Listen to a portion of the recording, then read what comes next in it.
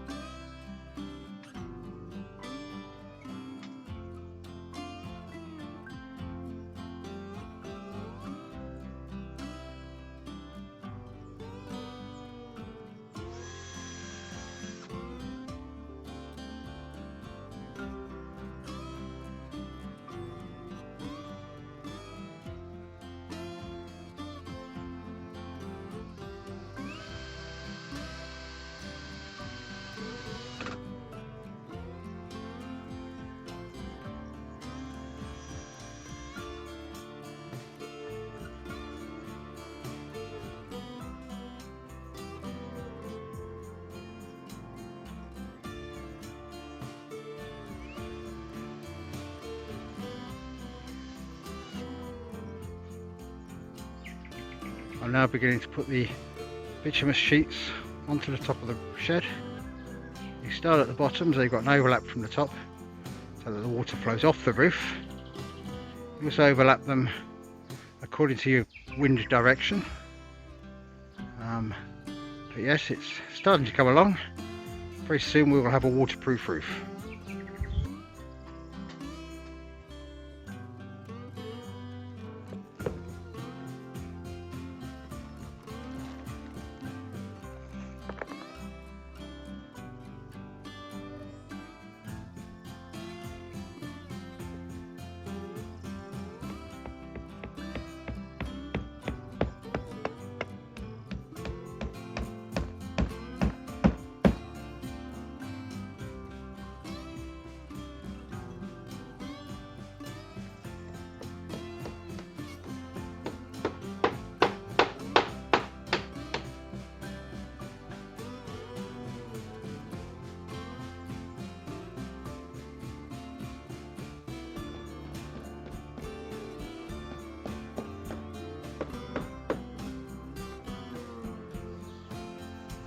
We've got the roof on the dog shelter. The next stage is to clad the walls. Now, it's actually cheaper to use uncut timber like this than it is to use proper cladding. The problem we have is most of the timber sold here is very wet. It's stored outside in the rain, and it's also very young and not seasoned properly. So before I can use it, I have to allow it to dry out. That's why it's stacked like this. Allow the airflow through it. It would be better if it was out in the sunshine, but then every time it rained I'd have to drag it back in. So down here in the barn is fine. It's just a case now of waiting for the wood to get down to the correct level of moisture. To test the moisture level, I'll use my moisture meter.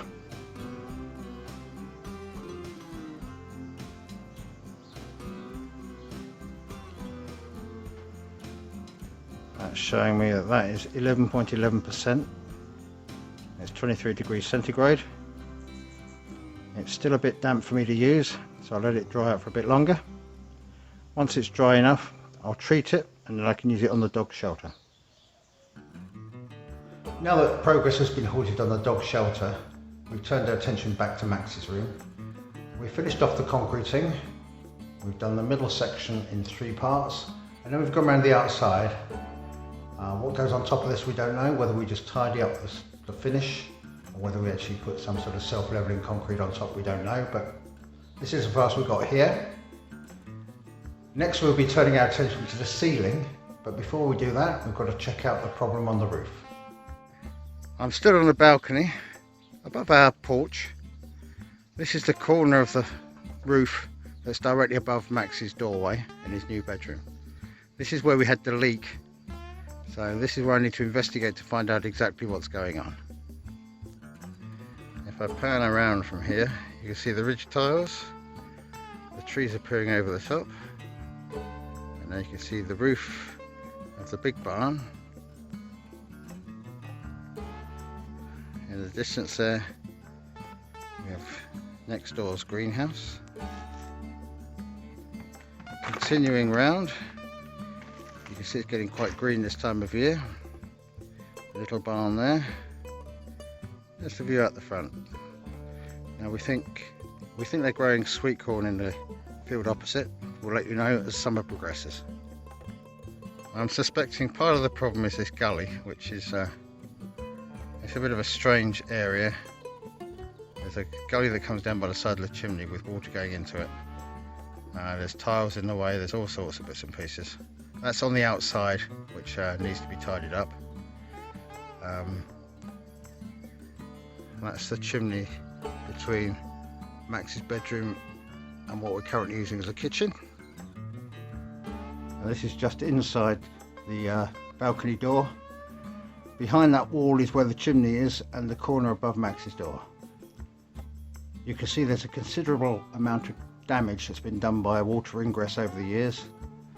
The first job is to stop the water coming in, and the second job is then to repair any damage. And this is the wall on the other side. Underneath that junction I showed you outside, you can see where the water's been coming in, running down the wall, wearing away any mud brick, any bits and pieces are there, all the plaster's gone. That's going to need sorting out as well. This here is where the floor of the attic meets the outside wall, right above Max's doorway. This is where the water's coming in, so that's going to need to be sorted out before we put his proper ceiling up. And this is the very corner junction. You can see the main support coming down. The wood at the back needs to be replaced. The very last bottom bit of wood inside here needs to be replaced. We also need to make sure that the gullies on the outside are taking the water away rather than spilling it into the roof, and that should stop the water going into Max's room. So the priority job here is this corner.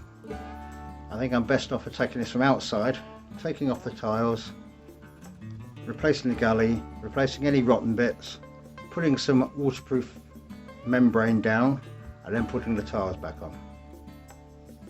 Until we've completed the repair on the roof, the ceiling here will be on hold.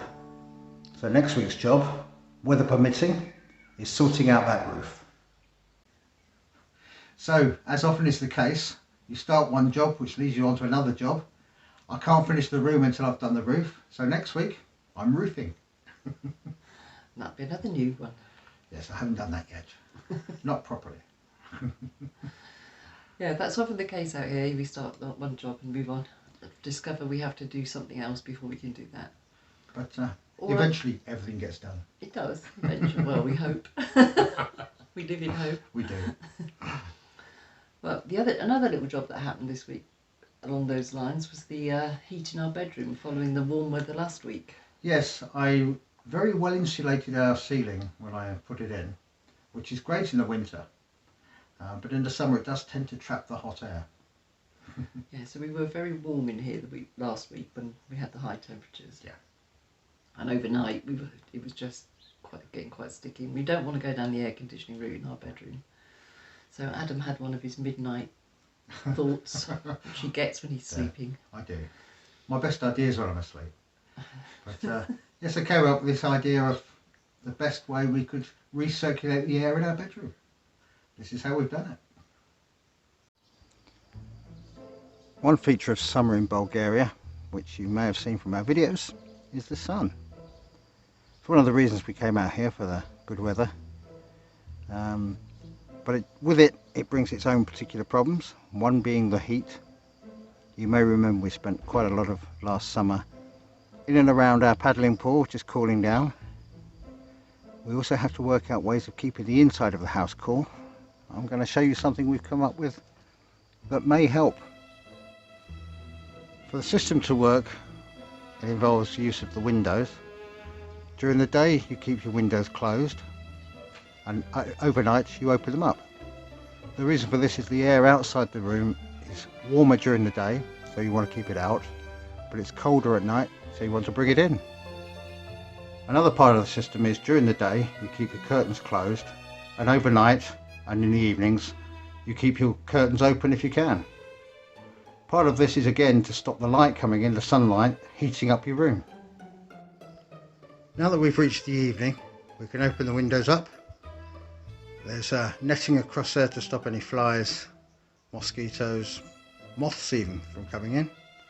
But this allows the cooler air now to enter the room. The second part of the system for cooling your room involves this, the Pechka pipe. Or to be more exact, the chimney behind the Pechka pipe.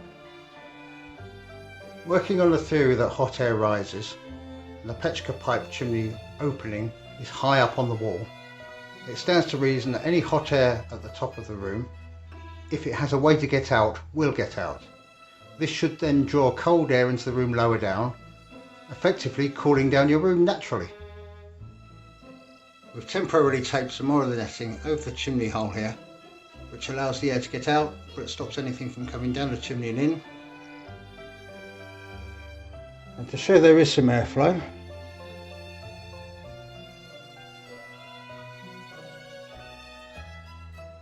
quite gentle, but that's all you need as the hot air leaves the room and the cool air is drawn in.